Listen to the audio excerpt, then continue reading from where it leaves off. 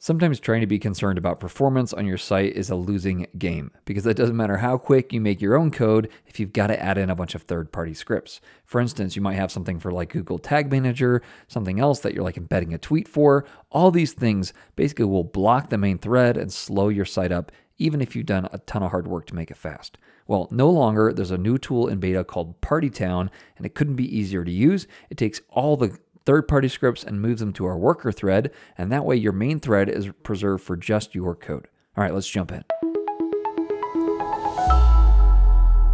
Hey, what's up? My name is Chris, and welcome to Coding in Public. This tool, Partytown, is created by the folks over at Builder.io and the new Quick framework that's coming out shortly here out of beta. But you can see that this is still technically in beta, but it's an additional thing that you can add. And if for some reason somebody doesn't have compatibility or it doesn't work, well, it's no slower than your site already is. So I see no problem in starting using this right now because it's not like it's going to ruin the analytics or something like that. All right, so you can see here that the goal is basically to take all the heavy third-party scripts and move them to a web worker. That means that since JavaScript is single-threaded, that single thread can be preserved just for your code, which means your site can be super, super fast. Now, they're going to talk about a bunch of different kind of use cases, where to use it. Here are some of the ones I've already mentioned right here. There are some plugins and stuff like that. They give you a bunch of integrations. I want to talk about this kind of in two stages. I want to show you actually the real difference it makes, number one.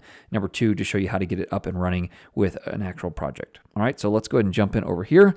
And I'm going to jump into the services.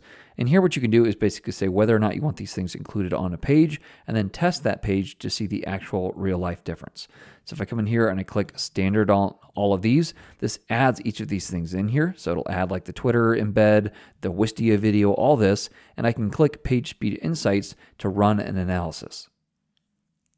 All right, you can see now after waiting a couple of seconds, I get back performance score of 62. All right, so a lot of that is because I've got a bunch of blocking things. What are those things? Well, all of those third-party scripts. So let's go ahead and change it up just slightly. Let's move all of these over to Partytown. Now notice for your client, it looks all the exact same.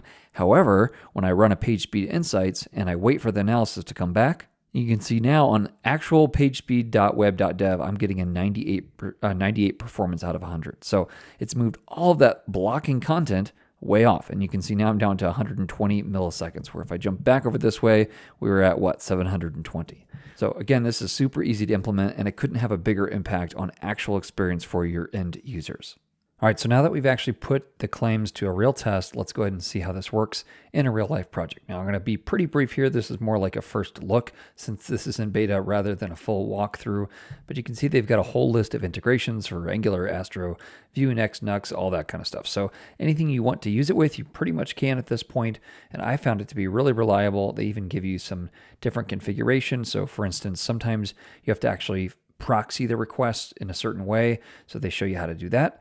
You also sometimes will need to forward the events because we're offloading this stuff to a web worker. It doesn't have access to the window. So sometimes you need to actually take things that are placed on the window and basically pass them on to the script. And you can do that as well. You can forward those events and the triggers. Like you have to do that, for instance, for Google Tag Manager. So they show you how to do that. Also, Facebook Pixel, I think, is the same way. There's a couple other things like sandboxing, debugging. You can actually get a full readout of stuff. I'm not going to go into all of this. If you want to work with common services, again, look at this. This is more of a first look. So let's go ahead and get this set up just with HTML, because most of these are super easy and you have to do almost nothing. And so to actually do something for you, I'm going to show you how to get this started with normal HTML. In short, what you need to do is install a script. Then you need to basically configure that script. And then on any script you want to use Partytown on, you have to add this attribute right here. So let's go ahead and do this kind of one after the other, but I want to get up and running an actual project. So I'm going to jump over to my terminal here, and let's just go ahead and create a new Vite project. So I'm going to say, let's see, pmpm, or let's do npm create Vite at latest, and we'll name this something. Yes, you can go ahead and install that. I'll call this Partytown sample or something like that. All right, we'll use vanilla, that's fine, and JavaScript, that's fine. Okay, cd into Partytown sample, and then npm install it. Now let me open this up in VS Code, and I'll be right back with you. All right, so here we are in VS Code. We've got Chrome open on the right. I'm just going to come over here, and before I start up the dev server, I need to actually install the package for Partytown. So I'm going to go ahead and grab this right here, and I am using npm, so that should work.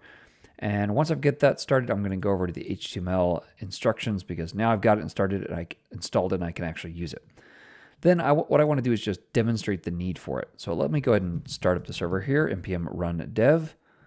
Okay, so this gives me this right here, and I can go ahead and open it up over this way. All right, so just a normal little counter app here. I can count stuff. Great. Okay, so when might you want to use Partytown? Well, rather than using some third-party script, I just want to simulate what that might look like. So I'm going to come over here, and I think I'll just add a new file. We'll call it something like, I guess let's call it something like third-party. How about that? Thirdparty.js. Okay, so here we're going to start with a simple console log that says like starting up service, something like that, so that you can see what's about to happen, and then we'll end with something like ending service. All right, so how do we get it to block the main thread? All right, kind of the opposite of what you normally want to do, but to show you this, let's go ahead and just have a number. We'll call it something like this. Sure, and we'll say while num basically exists, keep looping over nothing. All right, we're not going to do anything, and then every time it will basically decrement until it gets to 0, and then it will jump down and hit this. So if I save this here and exit out of that, and let's come over here, and I'm just going to add it directly in here. So script src, and we'll add this as third-party.js. All right, so here we go. If I come over here, I'm going to open this up just so you can see this right here. So if I start it, and then it finally ends. Okay, so you can see it takes some time, and it's blocking the main thread. Now here's the thing, it actually looks like everything is interactable, but if I hit refresh, as soon as I do that and I start to try to click on here, you're going to see that I can't click. So I'm trying to click, and it finally lets me click after the service ends. So everything looks interactive, but it's not actually interactive. If I open up the network tab, you can see that even more plainly. So here I am, 6 requests, and then finally the rest of them come in. So there's this huge kind of blocking time where I can't do anything else because that one script is basically blocking the main thread. So this is the perfect use case to kind of show how you can take one of those third-party scripts and get rid of it. Also, this isn't third. This is third like this, and this is third like this. Okay, so with that said, let's go ahead and actually use Partytown now. Now, if I come back over here, you're going to see that the first thing we need to do is to make sure that our scripts are being sourced from the same domain, and that's because we're moving it to a web worker. So we need it to be hosted in the same origin. So they actually give you a little helper for this under a library. You can just copy stuff right here. So now that we've got Partytown installed, we can do that. So I can do this either one time. So if I open this up, and then I can just npx Partytown like this, just like that. And now it's copied it over here. So you can see how it's actually copied this, all the scripts I need to my public directory, which in Vite is actually where I want stuff to finally be kind of at the root of my directory. Okay, so now that I've got it there, it'll basically be on the same origin, and it should work correctly. You can also add these to your scripts. So that's another way to do this, where you actually run it every time you build.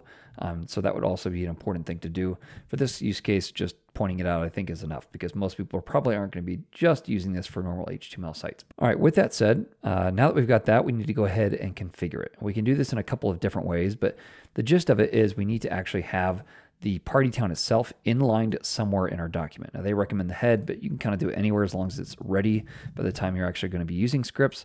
So I'm going to go ahead and start that back up, and let's go ahead and do it in the head since that's what they would like. Now I want to actually import this. I'm just going to import it directly in a script tag here, which means this needs to be type of module so we can import. Let me close the sidebar so we can actually see what's going on. All right, so now that I've got that, I've got the snippet text that I'm going to get back from this, this method I have, this function I have. Let me go ahead and embed it somewhere in the page. So probably the easiest thing to do would just be like to create a script tag. So document.create element, and that would be a script. And I'll take script tag.enter text like this, and we'll set this to the script or the snippet text. And then finally, let's go ahead and just append this to the body. .append child, and the thing I want to append is my script tag. Okay, so that should actually be appended somewhere on this body if I were to check this out. Let's see, module, yes, there we go. Okay, so here's the actual script right inside here, and that's all being embedded. Okay, so with that being said, now we've got it on the page. The next thing I need to do if I come back to the documentation is actually attach this right here to whatever script import I have. In this case, it's right down here. So if I add this here, this will basically tell Partytown, hey, take this and move it to that web worker separate thread. At this point, I can come back over this way, and if I refresh, you're going to see I can click right away. But if I open back up this console, you can actually see that it's not yet done. So it's moved it to a separate thread, and if I open up the network tab, you can see that too. It's moved everything over except for that one thing, so nothing is blocking the main thread. Most importantly, though, you can see that when I refresh the page, I can immediately start interacting with it because, again, all those third-party scripts, including our fake one over here, have been moved to a different thread.